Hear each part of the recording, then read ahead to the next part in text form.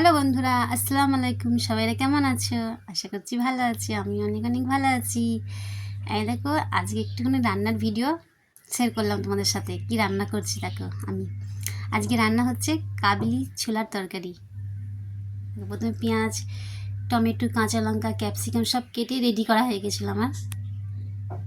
তার পাশাপাশি আটাটাও ছেড়ে নিয়েছিলাম আজকে রুটি করবো বলে। কারণ রুটি দিয়ে তো খেতে ভালো লাগে বেশি ভাতের থেকে।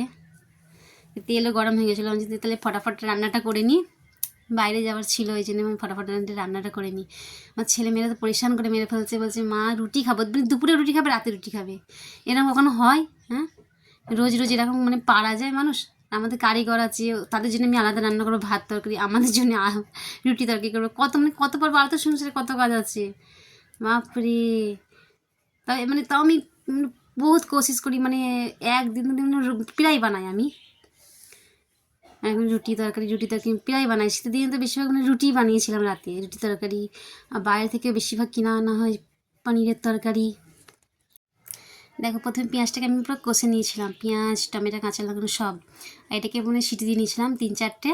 পুরো দেখো কত সুন্দর গলায় আছে। দুটো আলু দিয়েছিলাম ছোটো ছোটো, কারণ আলু দিলে একটু গাঢ় মতো হয়, দিয়ে খুবই ভালো লাগে খেতে।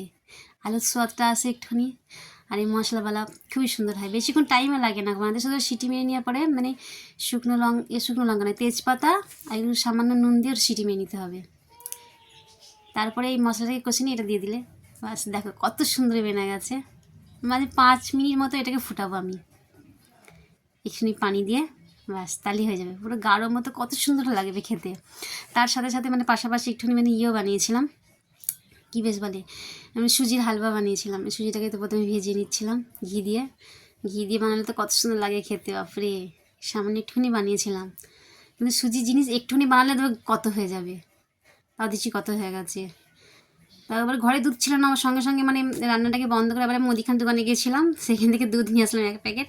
তারপরে আবার আসলাম কাজু বাদাম আর সব বাদাম সব করে দিয়েছিলাম, ঘিসে পুরো মিহি করে দিয়েছিলাম, কারণ ওই গোটা গোটা থাকলে আমার ছেলে মেয়ে খাবে না ওরা, সে আবার এক জ্বালাতন, কি বলবো। আর সুজি রান্না আমার রেডি, ওদিকে আটা ছানাও রেডি আছে, রুটি বানাবো আর কাবলি ছোলার তরকারি। ঠিক আছে, আমার ভিডিও তোমাদের যদি ভালো লাগে তো দেখো, সবাই একটু লাইক কমেন্ট শেয়ার করো বন্ধুরা। একটু সবাই একটু তোমরা যদি দেখো, একটুখানি শেয়ার করো, কমেন্ট করো, তাহলে আমাকেও ভালো লাগে ভিডিও বানাতে। রুটি বানিয়ে নিচ্ছিলাম সাথে সাথে। আর গ্যাসের চুলার হাতে রুটি বানালে পুরো খারাপ হয়ে যায়। আমার রুটির তো ঘি লাগিয়েই খাই বেশিরভাগই ঘি লাগাতেই হয়, নাহলে খাওয়া যায় না রুটি, সাদা রুটি খেতে পারি না গো।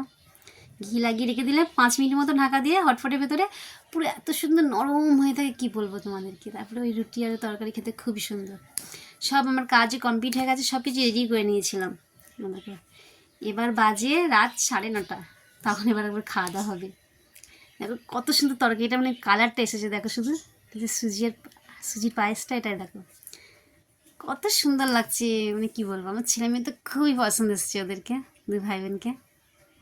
কিন্তু রোজ রোজ খাওয়া তো ভালো নয়, ভালো না ছোলার তরকারি। চলো তাহলে বন্ধুরা, এখন আমাদের সব কিছু রেডি। আমার ভিডিও যদি ভালো লাগে তো দেখো।